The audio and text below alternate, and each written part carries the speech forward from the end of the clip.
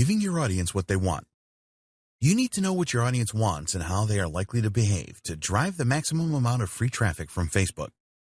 If you already have a Facebook profile and have been posting content for a while, then you can use Facebook Insights to see what has worked the best for you. If Facebook is new to you, then you can use other methods to see which type of posts get the most engagement in your niche. We will discuss this a little later. Knowing your audience is critical to success on Facebook. You need to know who they are, where they are, and what problems they have.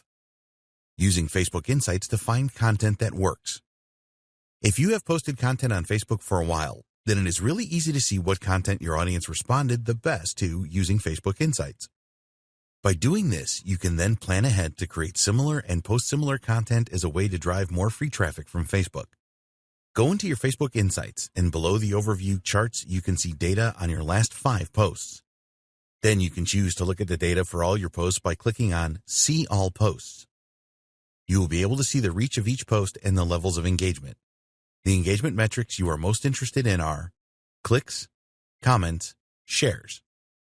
The number of clicks is definitely something that you want to take a good look at, as this is the number of users that clicked through to your website. There are a number of factors that can influence the number of clicks that a post receives on Facebook. The topic of the post, the description, the type of content, text, image, video, etc., the day the post appeared, the time the post appeared.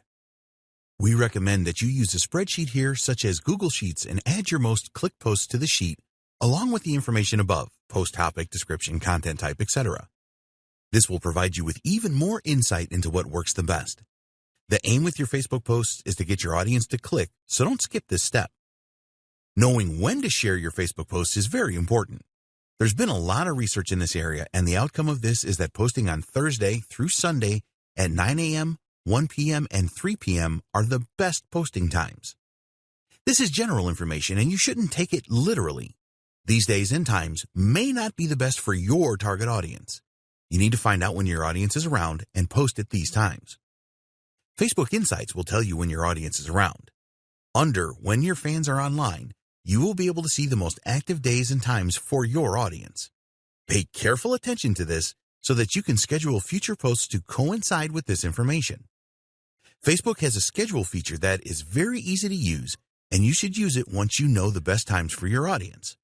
All you need to do is set a date and time, and Facebook will post your content accordingly. Avoid using clickbait. You may think that using clickbait is a clever way to drive free traffic from Facebook, but they have been clamping down on these types of posts for a number of years now. How do you define a clickbait post? Well, these have a degree of sensationalism about them that really mislead the user. A couple of examples will explain this more clearly. Movie star forced out of nightclub by security. This post does not reveal the name of the celebrity and is therefore withholding information from the user. Use this one trick to lose 14 pounds in 7 days. This is just a misleading title. A few years ago, these kind of clickbait titles would have got a lot of clicks on Facebook. As a result of this, they would appear higher in user news feeds to get even more clicks. But Facebook started to notice that the quality of the content that users clicked through to was poor quality. They did some user research and discovered that 80% of the time their users preferred to read headlines that actually helped them to decide whether they should click through to read a full article or not. Facebook then started measuring the time that users spent on the external page before they would go back to Facebook. The message is clear here. When you are creating your post for Facebook and you want users to click through to your website, don't use headlines that they will consider clickbait. You can do this by avoiding language that is exaggerated, misleading, and sensational. Tell Facebook users what they can expect when they click through to your website. This will help them to make the decision to click or not, and will keep you in Facebook's good books as well. When a user clicks through to your website, make sure that the content is related and that it is engaging. Keep them on your site as long as possible. Your website needs to have fast loading times and be optimized for mobile devices. You may think that this is obvious, but there have been thousands of examples where this was not the case, and there still are today. Forget about engagement posts too. Your aim with Facebook content should always be to gain as much engagement as you can, because this will ultimately lead to more free Facebook traffic. But you need to avoid tactics that try to increase engagement levels, as Facebook is totally against this. Facebook calls this engagement bait, And in 2017, they changed their algorithm to incorporate machine learning to restrict the use of these tactics.